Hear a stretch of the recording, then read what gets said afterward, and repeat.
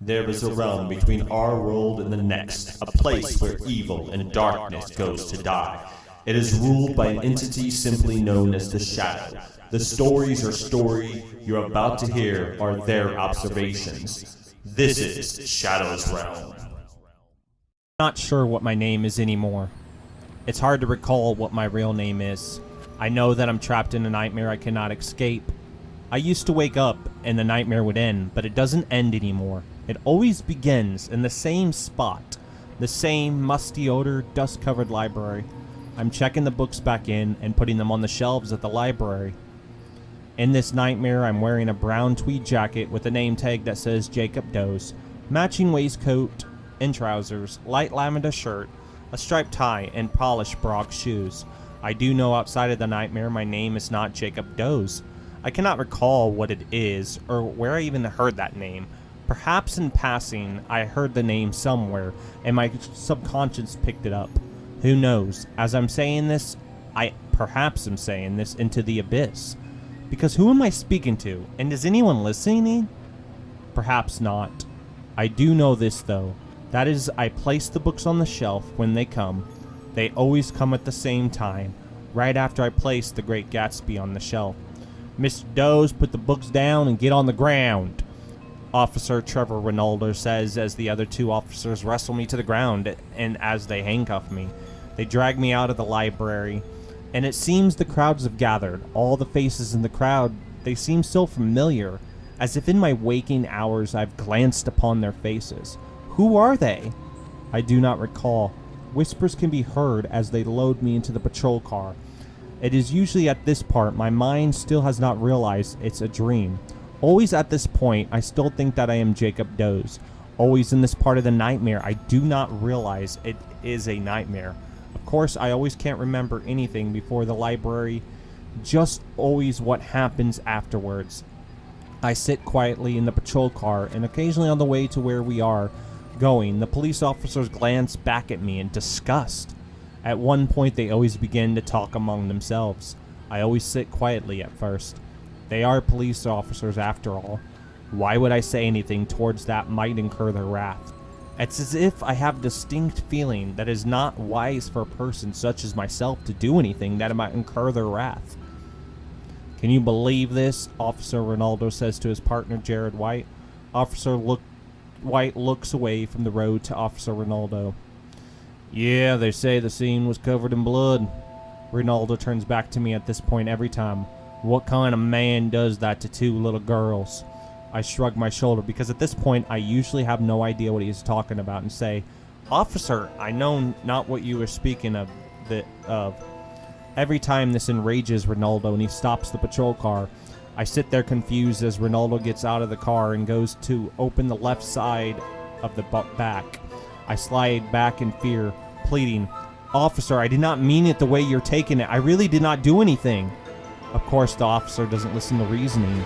It plays out the same every time, and every time I'm not in control of anything. I'm not able to change the outcome of the events.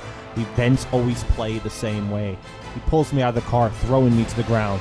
He pulls out his police club saying, Your kind always needs reminders to mind your place. Swing one into the gut. Swing two into the head. Always the same. Swing after swing until I'm covered in cuts and bruises and blood covers me. And the officer, he spits on me and gets back into the police car. Every time they always pull off, and every time it seems like I lay there forever bleeding. I know not if outside of this nightmare I still believe in God, but I always find myself praying for it to end, the pain that is. Still at this point, I still believe it to be reality. Always at this point, I do not realize that it is a nightmare I cannot escape. Not sure how long I lay there, but it always seems like an eternity. It's always Judge Kenneth Boylan that comes and puts me in his car, and I sit there in the back. Silence as he drives to the courthouse. He always speaks. Boy, you know it's bad enough what you did to those two little girls. Could you have to resist arrest and flee? And I always say nothing. What am I going to say? They're never going to believe me. So I lay in the back in silence as Judge Boylan continues. We're going to throw the book at you. We don't appreciate that kind of behavior around here.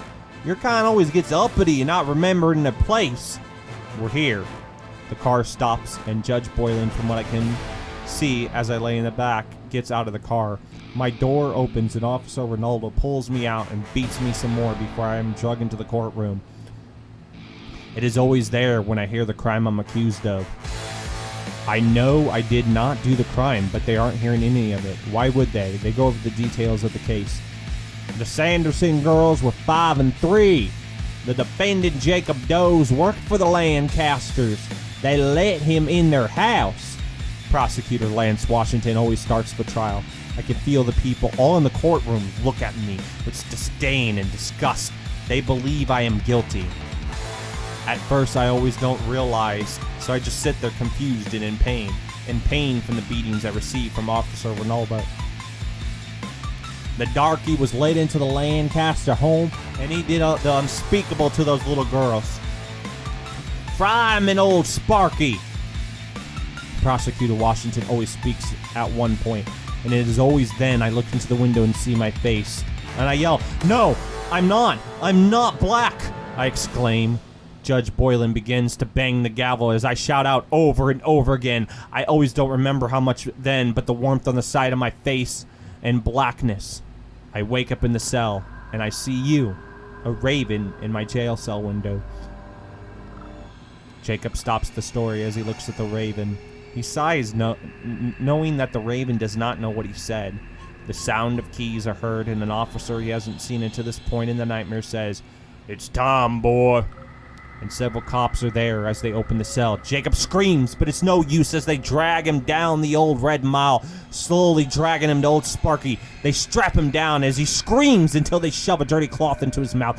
They flip the switch and boom, he's back in the library for all to start over again. What he doesn't know is he is right. He is white. His name is Edward Lancaster, a white supremacist in a top facility prison.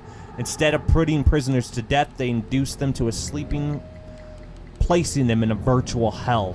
The only thing that holds them there is their guilt. Their guilt from the crimes they committed. At any point he can come out, but only when his subconscious forgives him. Until then, he'll live the same nightmare over and over again. No end, no beginning, just hell. Alex Winter stared at the screen of his computer, trying to meet the deadline he was required to meet by his publisher. Nothing came to his mind, to be honest. He was furious that he couldn't type anything.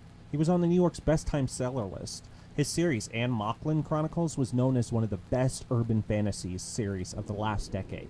Everyone loved it, but he had to admit to himself he wasn't sure if he had the ability to write the stories anymore. To be honest, he wasn't even the writer of the series, and 5 years prior he had just been a typical banker. He had also been married at the time. He and his wife seemed happy then, too.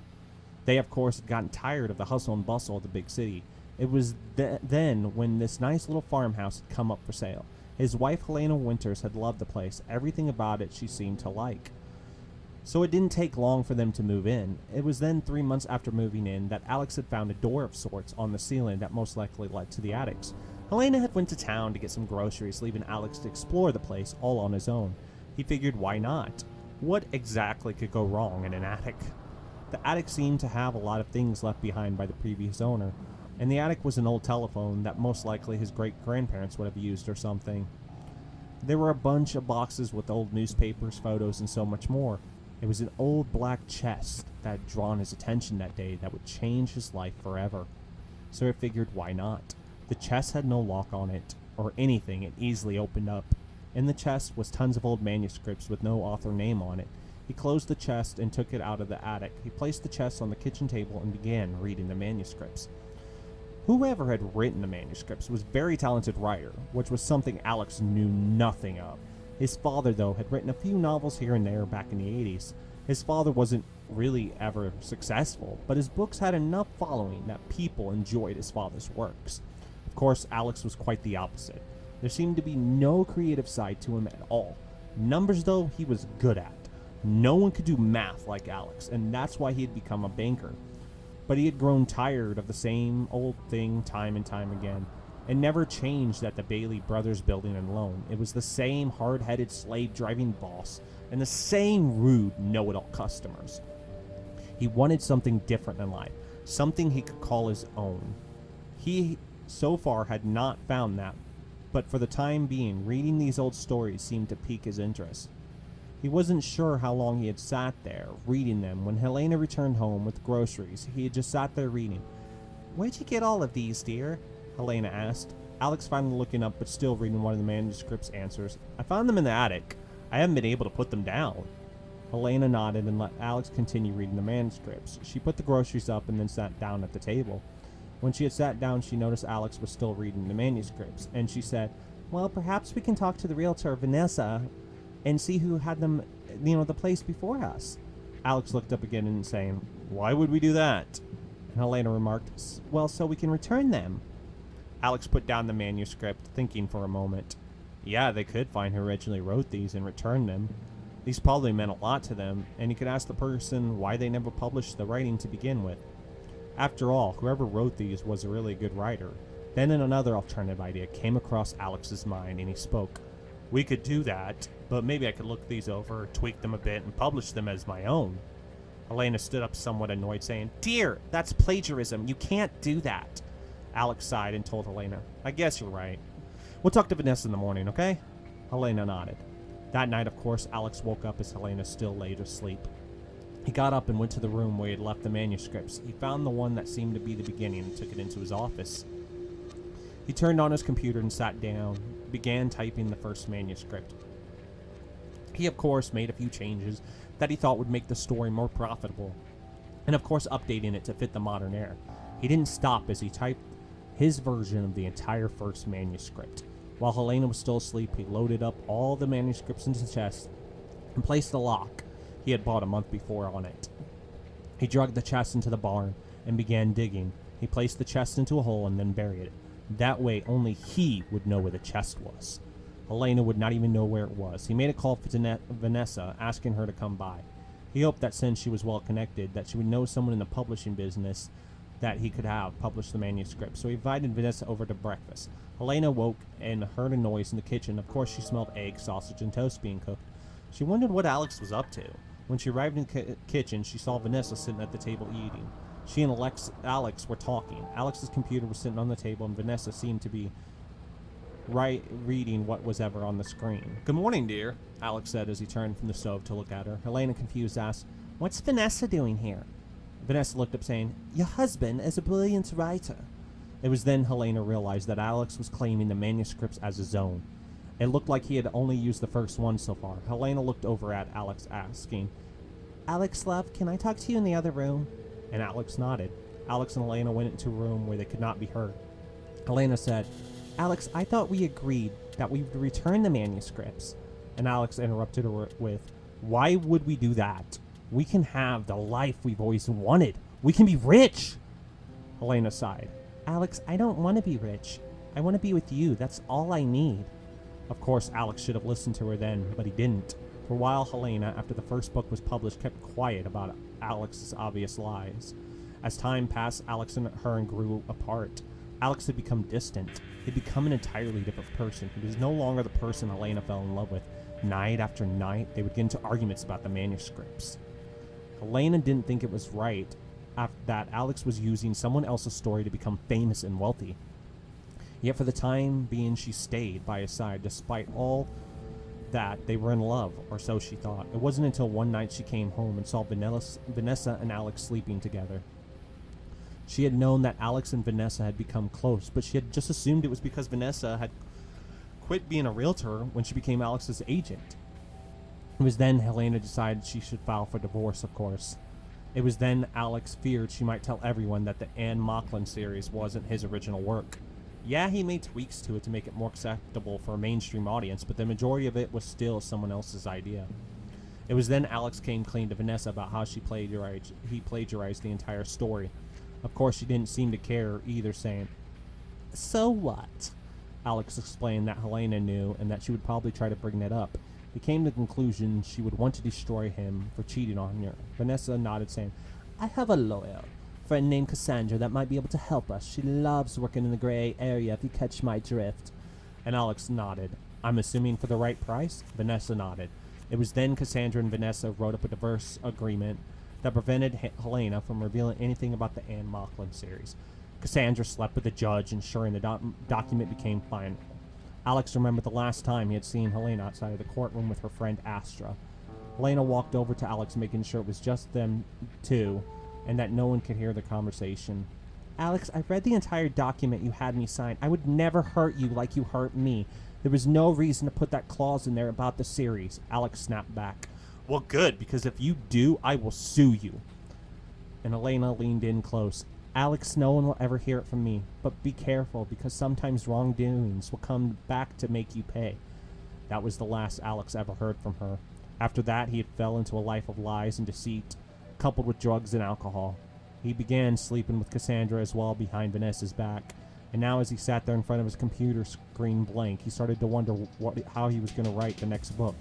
The manuscripts were all written. Whoever had written the stories had never finished the series. He thought he would get to this point, but after 13 books he had. There was no 14th manuscript. If he didn't, Vanessa was going to tell everyone his secret. She had just found out yesterday about his sleeping with Cassandra. She had told him that she wanted her money, and that if she didn't get it, she would expose him to the world. Cassandra had told him, though, after that confrontation, she was sure she could figure something out. Something that would prevent Vanessa from blabbing everything. Cassandra was asleep on the couch after the huge drug-fueled party they had thrown. Everyone else had left, so it was just him and Cassandra in that old farmhouse. He decided to get up just to get some coffee. The wind seemed to be blowing hard outside that night. When he walked to the kitchen, he could hear the wind beating against the house. As he rinsed out the coffee cup, he looked out at the tree that was a few feet away from the kitchen window that was above the kitchen sink. He could have sworn he saw something hanging in the tree. It was too small to be human. What was it? He walked outside and the wind blew hard against him. As he got closer to the tree, that's when he realized it was Cassie's cat. Someone had killed the cat and had hung it from the tree, and in blood at the root of the tree, the sentence, "You stole my story," was written. Behind him, he heard a scream, and he turned around, and there was Cassandra. He yelled, "Cassie, get in the house!" And she ran crying into the house. He dug a hole enough to bury a cat next to the tree. He was sure it was Vanessa messing with him. He stormed inside, still covered in blood, to call Vanessa. He knew she wanted her money, but doing that was just too far. She knew that Cassie loved the cat. After 3 rings, Vanessa answered the phone. "Yes, dickhead, what do you want?" And Alex shouted back into the phone, "I know what you did. I'll get your damn story, but stay away." He hung up. Why would she stoop that low? He walked up to Cassie, who was crying, and tried to console her. "I'm sure it was Vanessa. We'll deal with her in the morning." Cassie nodded again, continued crying on the couch. He then went back to the computer, staring once again at the blank screen. As he did, his cell phone next to his computer rang. It was Vanessa. She asked, "What the fuck was that last call about?" Alex explained what had happened, and Vanessa said she would not do that. She had just as much to lose if it came out that Alex didn't write the stories. "Perhaps you should call that ex-wife of yours," Vanessa suggested. He decided to do that. Helena seemed very annoyed he would call this late, and he would hear another female voice telling her just to hang up on him. He told her everything that happened. That's when someone else grabbed the phone. It was Astra. "Listen, Dick.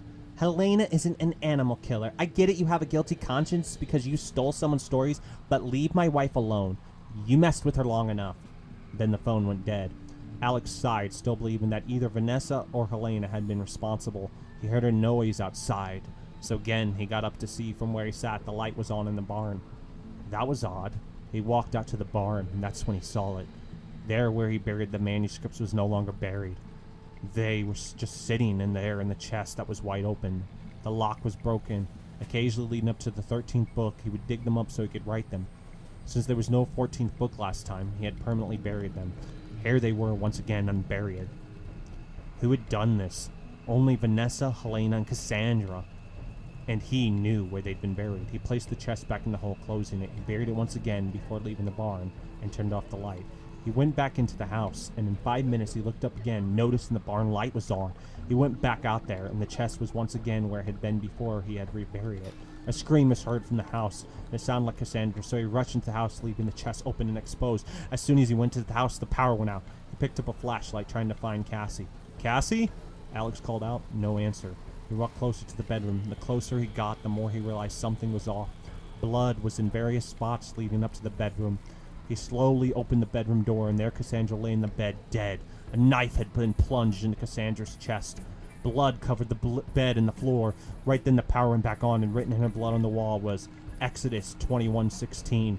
You stole my story. Alex, terrified, ran to the room, running to the landline phone that was in the house.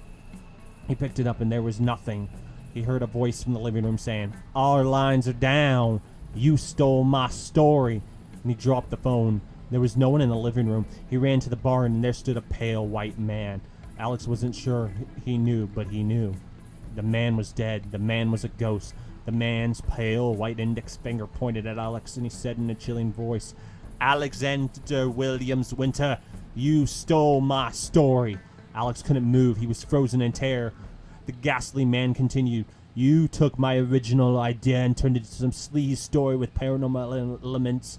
Time to pay for your sins." Alex was unable to move, and he finally was. He slowly backed up. The man kept walking towards him, and Alex tripped, following back. As he fell, a metal rod sticking from the ground, impaling him. And the last thing he saw was the pale man saying, "Judgment has been received." Alex was dead. The next morning, the cops, doing rounds, checking on everyone outside the country after the wicked thunderstorm, came upon the gruesome story. After finding the manuscripts, realizing Alex had stole the story, ruled that it was a murder-suicide, ruling that Cassandra had found out and he had killed her before she could go to anyone. Then, feeling guilty for his crime, went outside to kill himself. The odd thing is they found a 14th manuscript, all typed up on his computer, that Alex had written into the story, meeting his timely demise.